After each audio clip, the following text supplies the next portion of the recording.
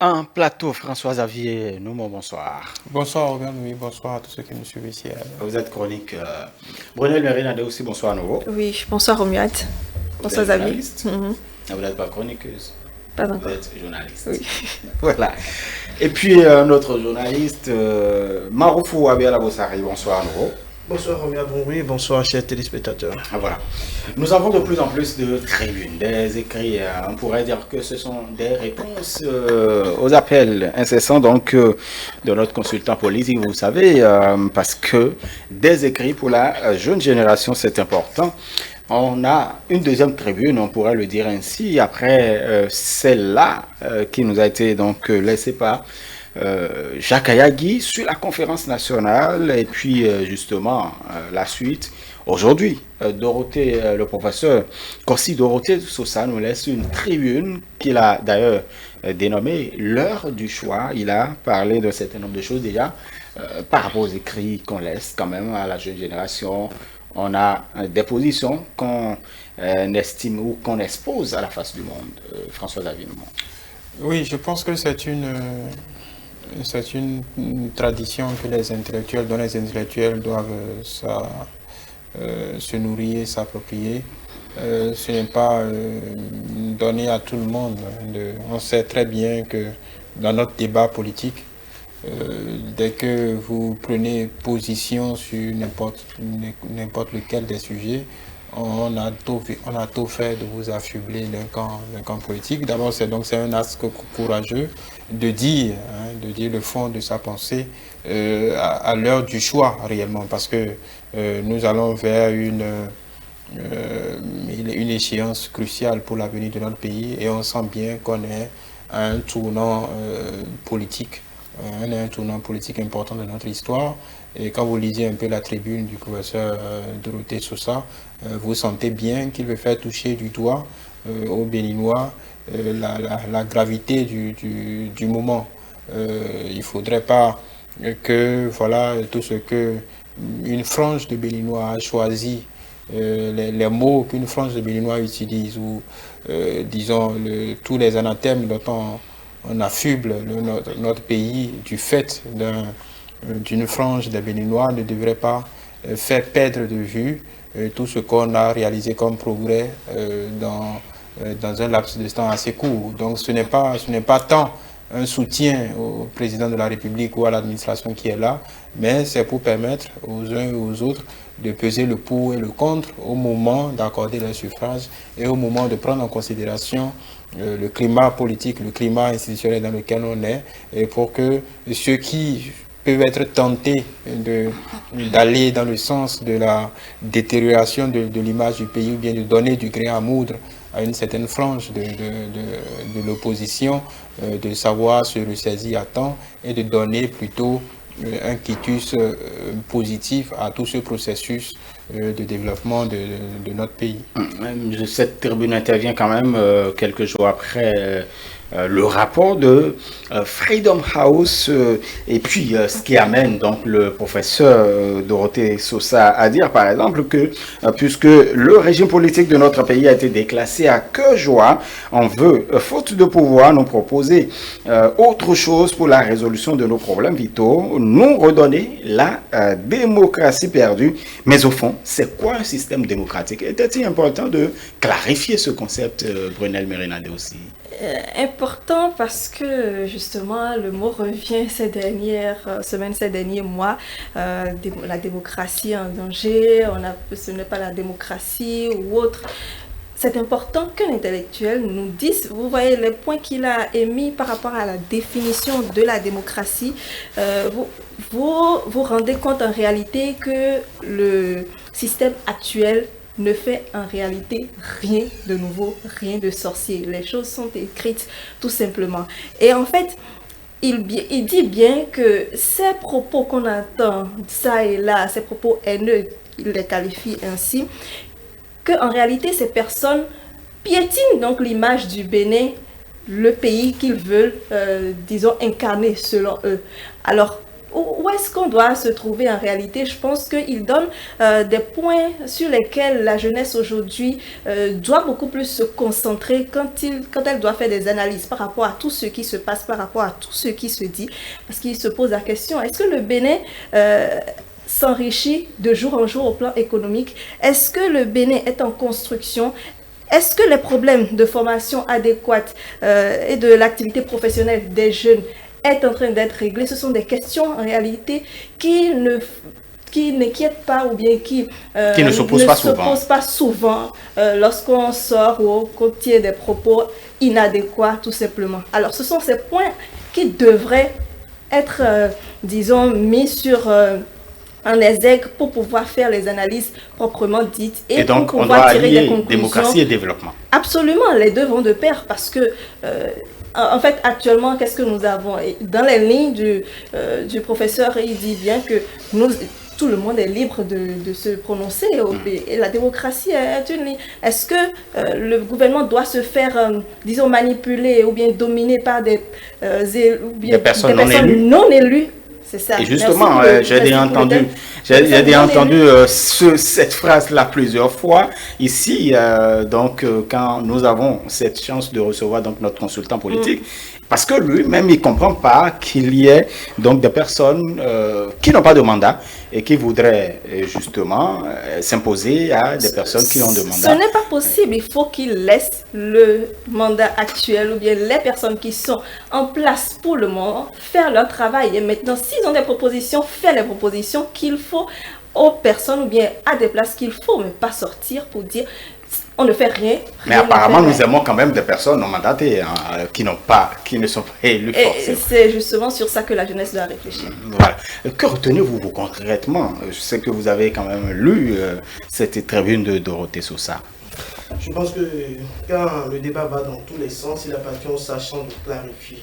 Le professeur Dorothée Sosa est sorti pour véritablement éclairer l'opinion publique sur ce qu'est et ce que nous devons véritablement comprendre de la nouvelle marque, de la démarche en cours et de la dynamique imprimée par les lois pour le développement de notre pays. Je retiens premièrement que le professeur Sosa parle des discours haineux et qui ont tendance à jeter de l'opprobre sur l'institution qu'est le président de la République. Cette institution que vous voulez incarner, et si vous-même vous jetez de l'opprobre sur ça, comment allez-vous quand vous serez là? Quelqu'un avait dit, c'est une tenue blanche, lorsque vous allez la salir, vous-même vous allez venir porter ça avec les souillures et autres. Donc vous ne pouvez pas discréditer ce que vous avez envie d'incarner vous-même. Après ça, je pense que le professeur Dorothée Sosa a clarifié la démocratie comme il en pense. La démocratie, selon les institutions, il a cité une institution du système des Nations Unies. Il dit l'égalité des chances et il demande.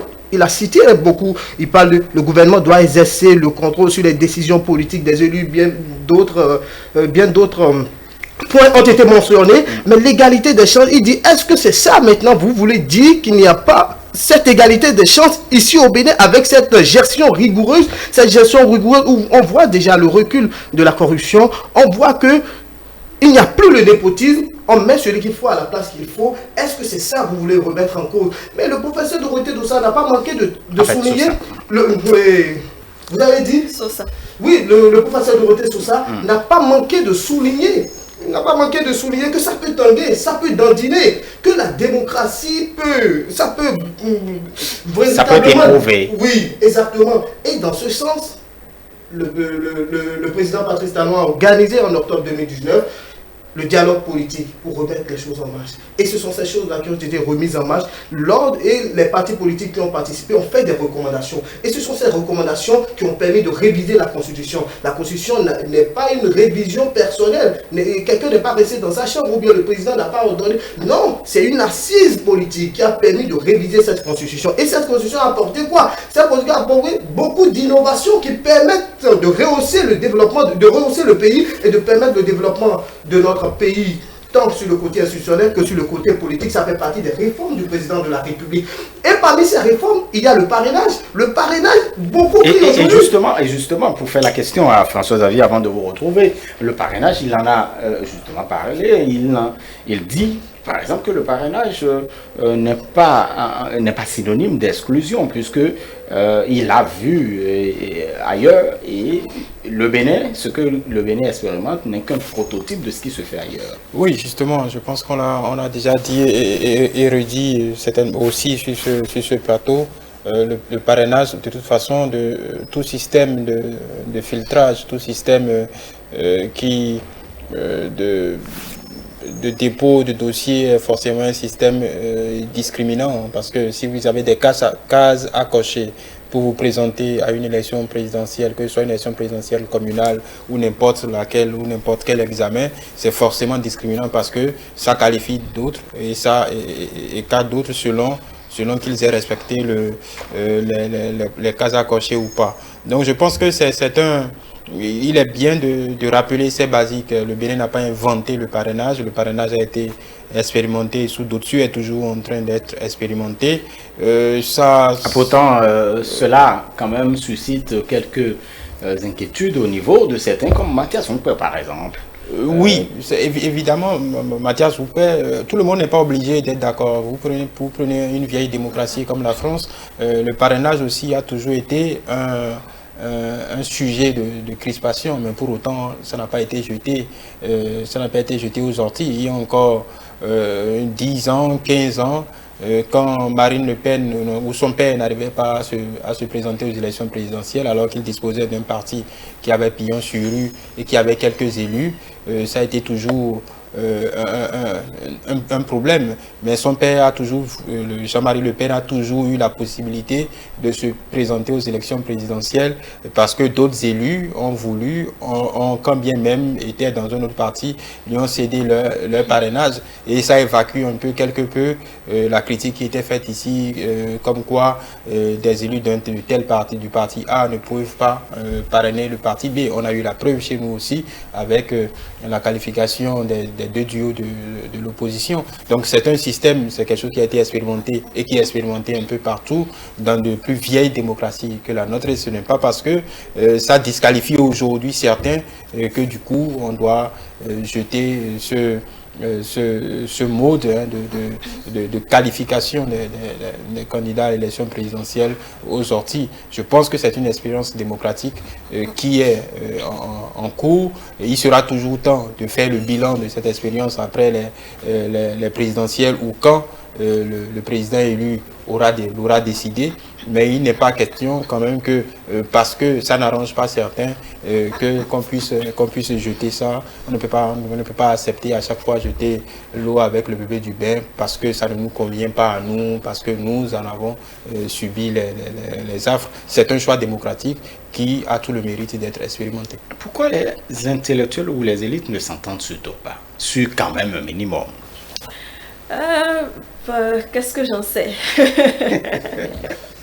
Mais c'est déjà quand même intéressant que certains sortent pour expliquer les choses, parce que en réalité, d'habitude, on ne voit que ceux peut-être du parti au pouvoir ou autre, et on a l'impression qu'ils prêchent pour leur paroisse et tout ça, et on ne veut pas y croire, mais que les intellectuels, certains au moins, qui comprennent la chose, donnent l'éclairage qu'il faut, ça permet d'édifier davantage et disons, de lever le voile sur un certain nombre de choses, de croyances par rapport à cela. Et donc, l'initiative du professeur Dorothée Sosa doit être, disons, poursuivie par d'autres pour que la jeunesse, surtout parce que souvent ce sont les étudiants ou autres, ceux qui sortent d'université, qui sont le plus souvent manipulés parce que peut-être qu'ils ne comprennent pas comme il le faut les choses, et ces professeurs qui sont souvent avec eux doivent pouvoir y arriver. Je voulais ajouter un truc. Vous permettez? Oui,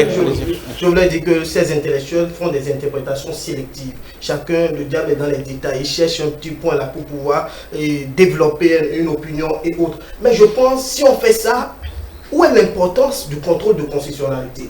Parce que la loi est là, elle est loi. Et nous devons la respecter. Un bon citoyen doit respecter la loi. Mais on ne doit pas ignorer la loi, on doit la connaître. Et il y a le contrôle de constitutionnalité. Et qui nous permet également de savoir est-ce que c'est conforme à notre loi fondamentale.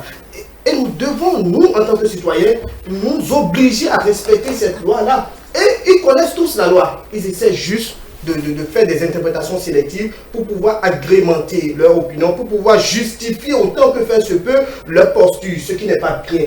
Nous devons lire la loi, avoir la même lecture de la loi, et c'est ce que ces sachants-là, comme le professeur Dorothée Sosa, nous amènent à faire, à comprendre, nous éclairer sur ce que nous devons comprendre pour que nous ne justifions pas ce qui n'est pas justifiable. Non, je voulais apporter un bémol. Les intellectuels n'ont pas à s'entendre. Ce n'est pas leur boulot. Les intellectuels ont à... Même s'ils ne peuvent pas s'entendre, quand même, il y a un minimum. Non, le propre du débat, c'est que quand on est dans un pays libre, que Mathias Oumpe ait son opinion, que Dorothée Sosa ait son opinion. Maintenant, ce qui est interdit, et même au niveau de la loi, les profs n'ont pas à avoir la même interprétation de la loi. Mais ce qui n'est pas pardonnable dans une démocratie, c'est que quel que soit ce que vous avez comme interprétation, que ce soit opportuniste ou pas, que ça ça favorise un camp ou pas, c'est que vous ne devez pas vous permettre de casser le thermomètre.